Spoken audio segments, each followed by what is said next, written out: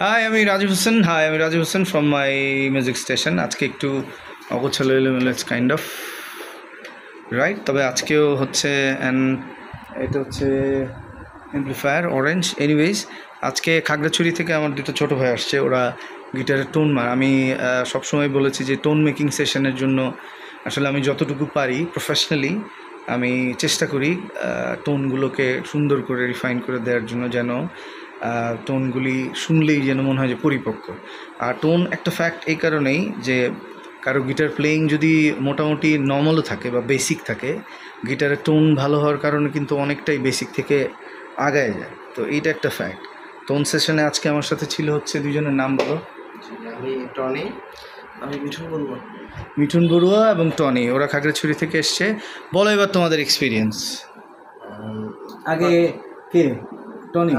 Tony বলো। First of all আসলে আমরা দুজনেই মানে কয়েক মাস ধরে আমরা খুবই টোন নিয়ে খুব কনফিউশনে ছিলাম যে আসলে কি করব না করব, করতে গেলেই ভালো লাগে না।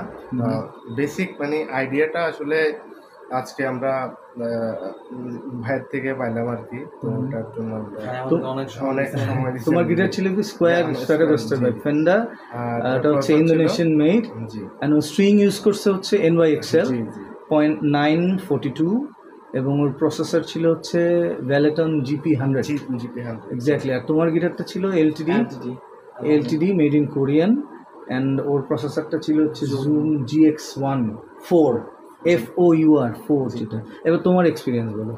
হ্যাঁ ভাইয়া, অনেক ভালো লাগছে আপনার মতো একজন মানুষের কাছ থেকে এই টিপসগুলো পেলাম। না, আরেকটা টিপস তোমাকেও দিই, সবাইকে বলি, গিটারের মধ্যে যদি ভালো স্ট্রিংস থাকে তাহলে প্রাথমিকভাবেই টোন বানানোর ক্ষেত্রে অনেকখানি অ্যাডভান্স হয়ে যায়। ওর অ্যালাইস নামে এক ধরনের স্ট্রিংস ছিল যেগুলো আসলে খুব একটা ভালো না, কিন্তু একটা ভালো স্ট্রিংস মডেলের স্ট্রিং বা কোম্পানির স্ট্রিংস অবশ্যই 942 লাগালে এই টোনগুলো আরও অনেক বেশি ক্রাঞ্চ হবে। So share your feelings. মানে এখন কি মনে হচ্ছে যে ভালো বাজবে কিছু একটা? হ্যাঁ অবশ্যই, এখন মনে হচ্ছে আপনি যেগুলো দিচ্ছেন ওগুলো ফলো করবো step by step. Okay great. এটা তো একদিনে তো আর আমরা করতে পারবো না, জাস্ট কিন্তু আমরা মোটামুটি যতটুকু বেসিক ধারণা ওটা নিয়ে আসলে আমরা কিন্তু আমরা সামনে আগে যেতে পারবো আশা করি।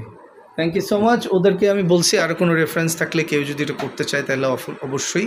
এবং আরেকটা কথা আমি বলে দিই, সবাইকেই বলি যারা আমার কাছ থেকে এই হেল্পটা নেয় বা আমি করতে পারি, সেটা হচ্ছে যে প্রসেসরের টোন যেগুলো বানানো হয়ে যায় সেগুলোকে একটা ব্যাংকের রেফারেন্স হিসেবে অন্য কোনো জায়গায় কপি করে যদি ইম্প্রোভাইজ করা যায় তাহলে আর দ্বিতীয়বার হয়তো আমার কাছে বা অন্য কারো কাছে যাওয়ার কিছু নাই।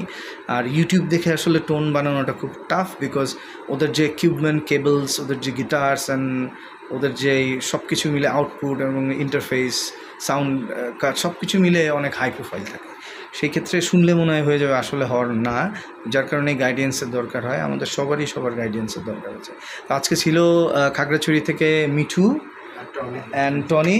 থ্যাংক ইউ সো মাচ ওদেরকে। আবার সবাই এই ধরনের কোনো প্রয়োজন হলে ডেফিনেটলি আমার সাথে যোগাযোগ করবেন। আমার ফ্যান পেজে আমার নাম্বার এবং হোয়াটসঅ্যাপ নাম্বার সব কিছু দেওয়া আছে। Thank you so much.